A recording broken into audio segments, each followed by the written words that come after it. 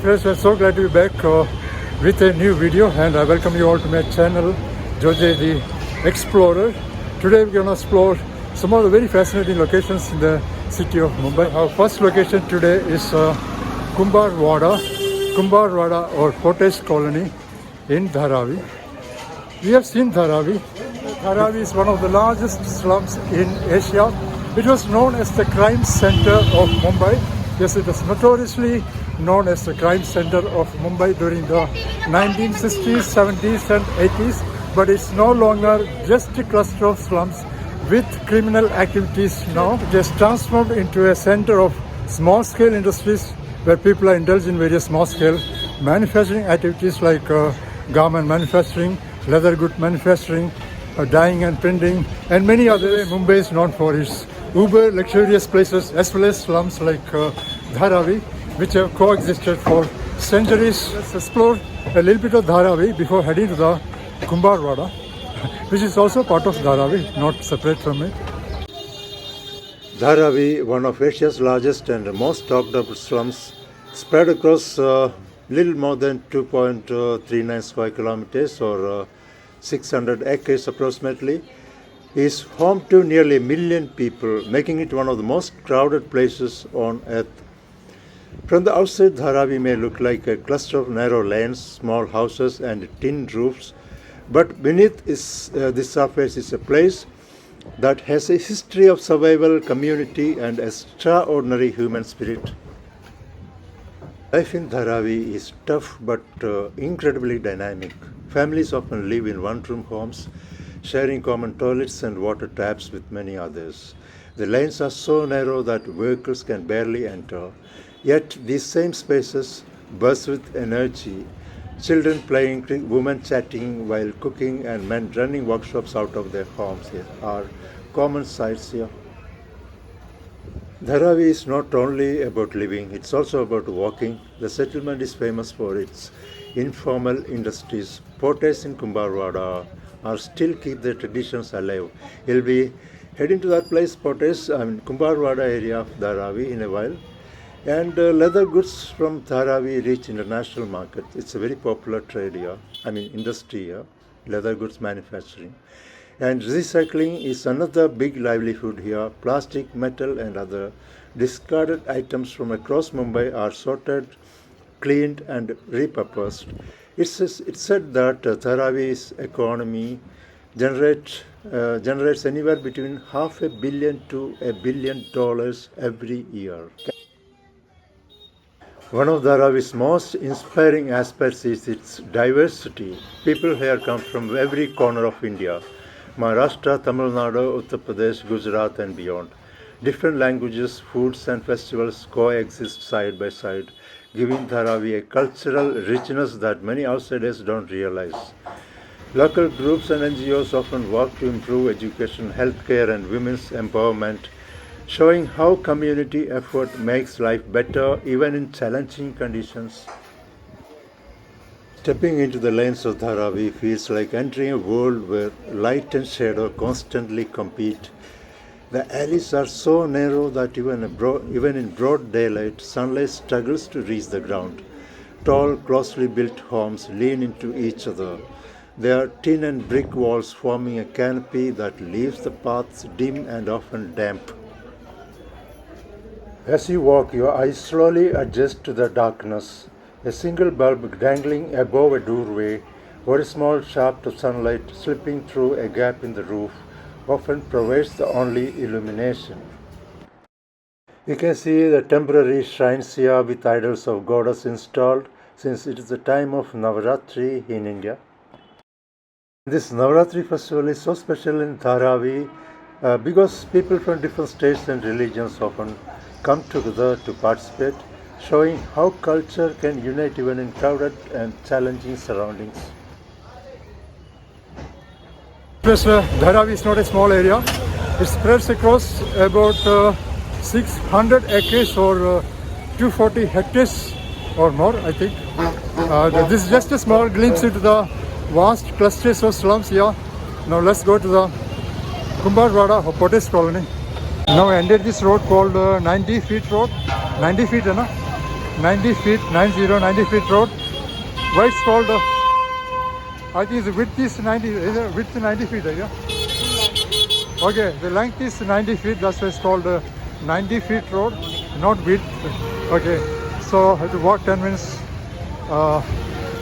This Kumbhar Wada, Potters colony, somewhere around here. This is 90 feet road, it's so congested. So finally made this place called Kumbhar Wada or Potters colony in Dharavi. And I've been waiting to have a real life interaction with these Potters or Kumbhars for several months, but I couldn't find anybody. Since many of the families, I think, have left this trade for other jobs or businesses, perhaps due to lower earning potential or changing times, probably. And I didn't know they existed in a city like Mumbai. Anyway, I'm so happy that I finally found them here in Dharavi. These are beautifully crafted and colorful diyas or earthen lamps used during Navaratri and holy festivals. ये सारे दियास है ना? कितने का आता है? ये 25 रुपए पैकेट आएगा, ये भी 25 रुपए। अच्छा, ये मतलब क्ले का है क्या? मिट्टी का? ये मिट्टी का है सर। मिट्टी का। Lighting diyas is a simple yet meaningful ritual in many Indian households, especially during festivals like Navaratri and Diwali. These are beautiful diyas in different colors and shades. One is kind of spoiled for choice when seeing this vast collection of diyas in various shapes and vibrant colors. You can get them both wholesale and retail according to your preference. This lane is filled with a vast collection of colorful diyas along with various earthen pots, pitchers and jars. A majority of the kumbhars here are from Gujarat, having settled during the 19th and early 20th century. One of the most striking sights here is of course this colorful array of diyas, earthen pots and pitchers that the potters put up for sale along the narrow streets of this colony, especially during Navaratri and Diwali festivals. Each item carefully molded and painted by hand reflects the skill and dedication of generations of potters.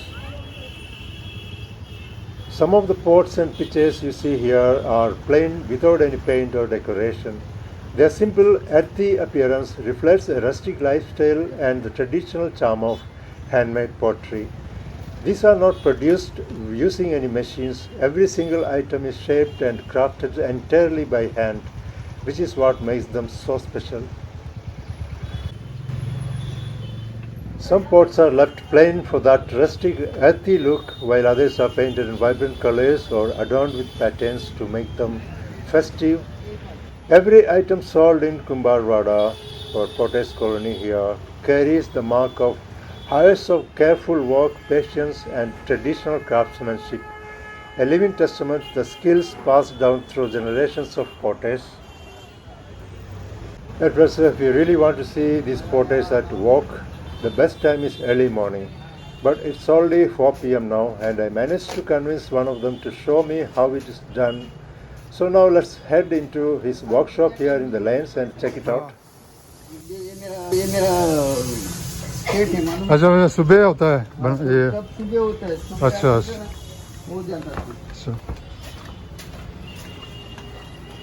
अच्छा अच्छा ये सब यहाँ बैठ के बनाता है ना यहाँ बैठ के बनाए अच्छा अभी मेरे को कुछ लोग आते राजीपुर से 2-3 अच्छा कुछ भी छोटा सा चीज बना के दिखाओ मेरे को जो आपको हम लोग को है ना हाँ वो आते फोटो खींचते अच्छा हम लोग काम है ना क्या चूल्हा नहीं बनता ये जो धूप कैसे कहाँ से आता है smoke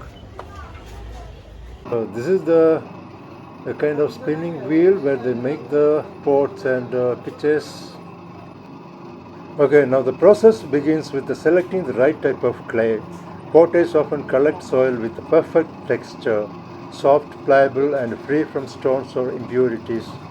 Once they have the clay, it is kneaded thoroughly by hand to remove air bubbles and achieve a smooth consistency.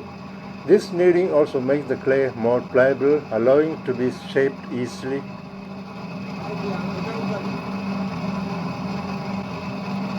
And after kneading, the potter begins forming the item. Depending on the design, this may be done using a traditional potter's wheel like this or by hand shaping techniques. The clay is carefully molded into various forms: round pots, tall pitchers, small diyas or decorative items. Precision and skill are essential because even a small mistake can affect the balance or shape of the pot. And once the shape is complete, the items are left to dry naturally in the open air. Sun drying ensures that the clay hardens gradually, preventing cracks. After the drying process, the pots are fired in a traditional way, like in a traditional clay oven or using some other methods. This firing process strengthens the clay, turning it into a durable earthenware that can hold water, oil, etc.